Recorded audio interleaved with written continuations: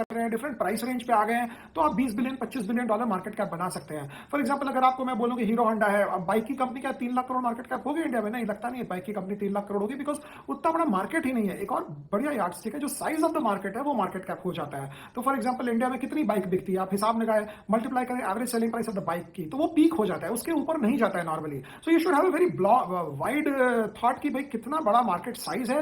Normally जितना market size है उतना ही लीडर का मार्केट कैप बढ़ता है, उससे ऊपर बढ़ता नहीं है। हाँ, बुल मार्केट में उसका 1.5 टाइम्स जा सकता है, बट अगर market cap of the leader is equal to the market size, that means कि गेम ओवर हो गया, उससे ज्यादा नहीं है।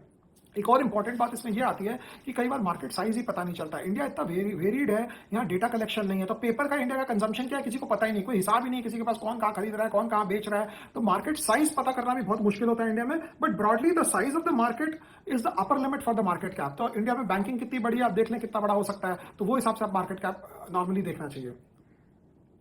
नेक्स्ट क्वेश्चन लेते हैं।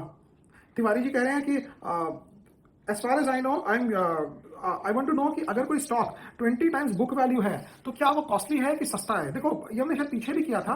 20 times book value, 10 times book value, अगर हम कोई स्टॉक को लेते हैं तो आप ये नहीं बोल सकते कि 10 times book value, 20 times book value में स्टॉक महंगा है या सस्ता है। ये इसलिए क्योंकि हर एक कंपनी, अगर आपकी रिटर्न ऑन इक्विटी ज्यादा है तो बुक वैल्यू ज्यादा होगी। इस एंगल से आप समझिए एक स्टॉक को। फॉर एग्जाम्पल, आप बैंक में एफडी कर रहे हैं, 100 रुपए का आपने एफडी किया बैंक में जाके, प्री टैक्स आपको बैंक 6 रुपया दे रहा है 6% इंटरेस्ट पे, लेट्स अज्यूम। तो आपका इंटरेस्ट प्री टैक्स जो है 6%, मैं post tax I assume for convenience is 5 rupees. So 5% return on equity आपको बैंक के एफडी पे मिलता है। आपका बुक वैल्यू क्या है? 100 रुपीज का आपका फिक्स डिपॉजिट है, जो 100 का वैल्यू है, मतलब 1 टाइम्स बुक है।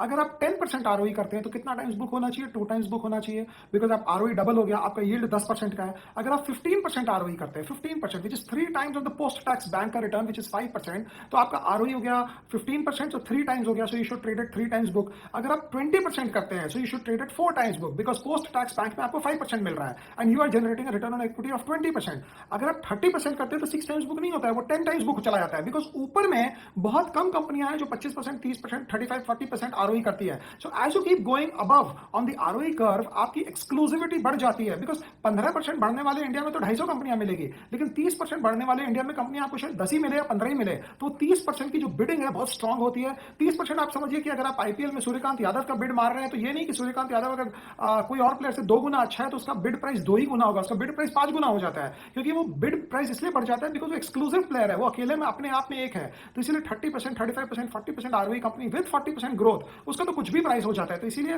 But normally good yardstick to maintain is 5-6% ROE is 1 time book, 10% ROE is 2 times book, 20% ROE is 4 times book, 25% ROE is 5 times book, so on and so forth. But ये बहुत ही simplistic मैंने आपको बताया, but normally आपको ऐसे ही समझना चाहिए। एक जन कह रहे हैं वो